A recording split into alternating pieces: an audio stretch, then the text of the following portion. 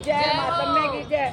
मनदाता जी बोले, हे वशिष्ठ जी, यदि आप मुझ पर प्रसन्न हो तो ऐसे व्रत की कथा कहो जिससे मेरा कल्याण हो।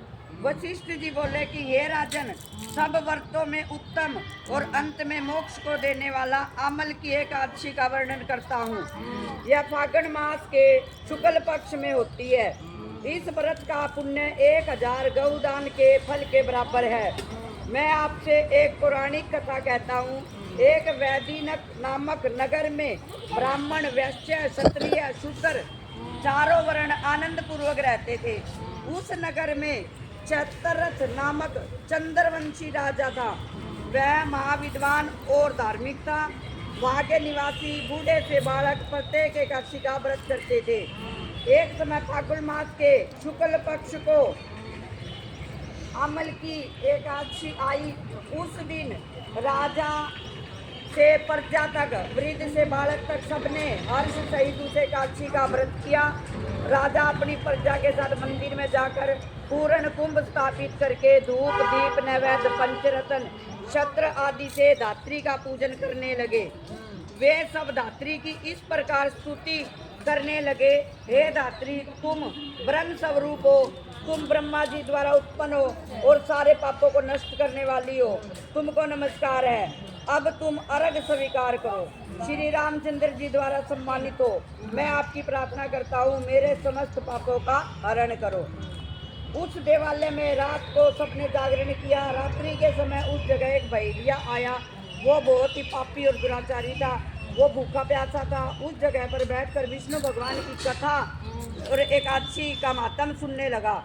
बहेलिये ने उस रात को अन्य लोगों के साथ जाग कर व्यतीत किया। प्रातःकाल होते ही सभी लोग अपने अपने घर गए। कुछ समय बीतने के पश्चात उस बहेलिया की मृत्यु हुई और उस अमल की एकादशी के व्रत और जागरण के प्रभाव से उसने राजा विदुरथ के घर जन्म लिया। उसका नाम बसूरथ रखा गया। बड़ा होने पर वह चतुरंगनी सेना के सहित और धन धान्य से युक्त होकर 10 सहस्त्र ग्रामों का पालन करने लगा। वह तेज में सूर्य के, कांति में चंद्रमा के, वीरता में विष्णु के, भगवान के और क्षमा में पृथ्वी के समान था। वह अत्यंत धार्मिक, सत्यवादी, कर्मवीर और विष्णु भक्त था। वह सदैव यज्ञ किया करता था। एक दिन वह राजा शिकार खेलने के लिए गया। दैव योग से वह राजा रास्ता भूल गया। तब वह उसी वन में एक वृक्ष के नीचे सो रहा। उसी समय पहाड़ी मलेच्छ वहां पर आए और राजा को अकेला देखकर उस पर मारो मारो का शब्द करके टूट पड़े। वे मलेच्छ कहने लगे कि इस दुष्ट राजा ने हमारे संबंधियों को मारा है तथा देश से निकाल दिया है, अतः इसे अब अवश्य मारना चाहिए।